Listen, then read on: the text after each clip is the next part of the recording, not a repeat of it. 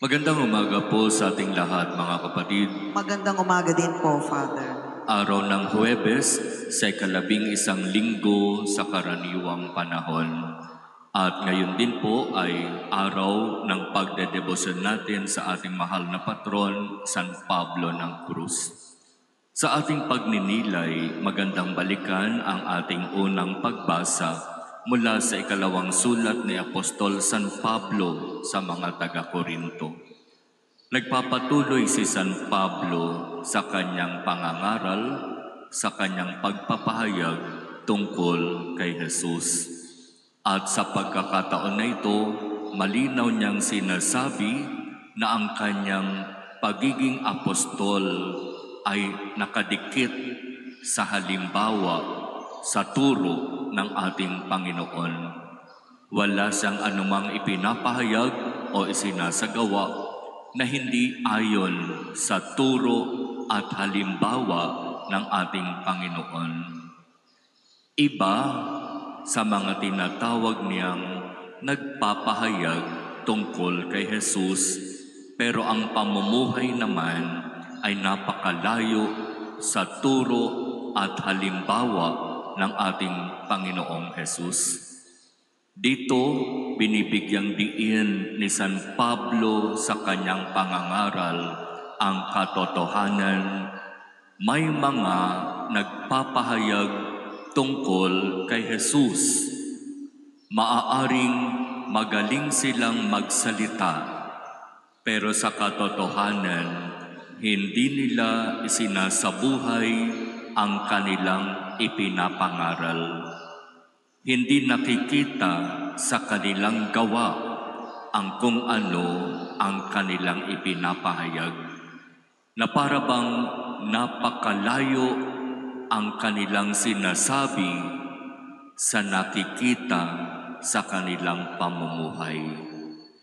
Ganito ang sinasabi ni San Pablo: ingatan ninyo na huwag kayong mailigaw ng sino mang nagpapahayag tungkol kay Jesus na napakagagaling magsalita, pero napakalayo naman ang kanilang pamumuhay sa naging turo at halimbawa ng ating Panginoon.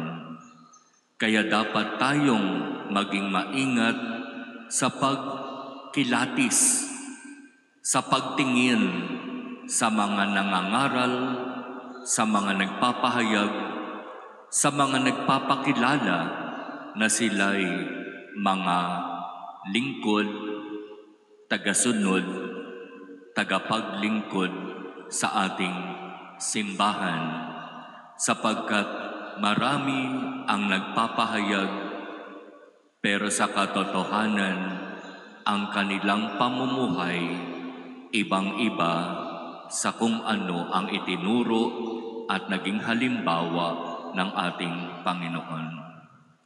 At ito yung sitwasyon natin ngayon. Napakarami yung mga tinatawag na huwad na mga propeta, o sabihin na natin huwad o mapagpanggap na mga pari. Kaya hindi tayo dapat basta-basta nag-iimbita ng pari, basta't sinabing siya'y pari, tapos na. Maraming mga pangyayaring ganyan sa mga nag-iimbita ng pari para magmisa sa kanilang bahay o para magmisa sa sementeryo o para magkasal sa isang tinatawag na garden wedding at kung ano-ano pang mga selebrasyon na hindi isinasangguni sa opisina ng parokya. Marami po tayong mga reports na may mga huwad na mga pari na nagkalat maging dito sa ating diocese ng Antipolo. Kaya siguraduhin natin na ang mga inaanyayahan natin ay tunay na pari ng simbahang Katolika at nakaugnay sa kung sino ang pinakapinuno ng buong simbahang Katolika, sa kasalukuyan si Pope Leo XIV. Kaya magtanong sa opisina ng parokya kung itong pari na ito ay pari ng simbahang Katolika.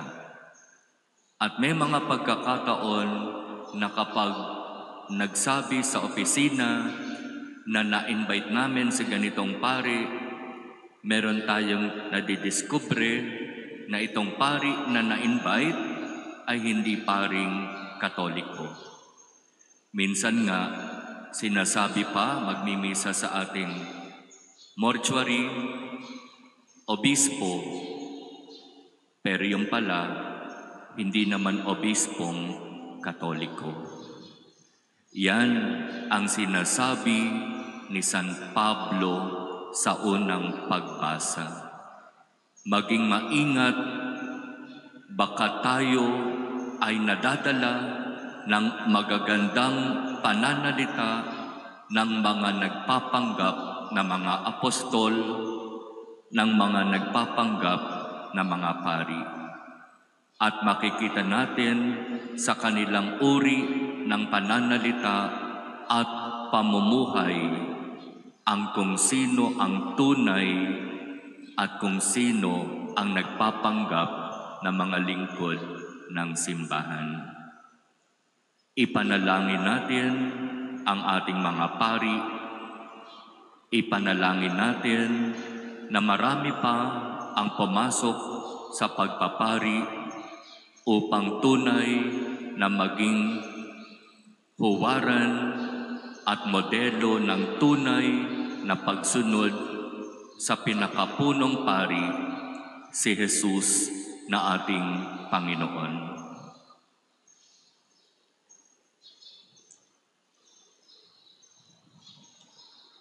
Amen.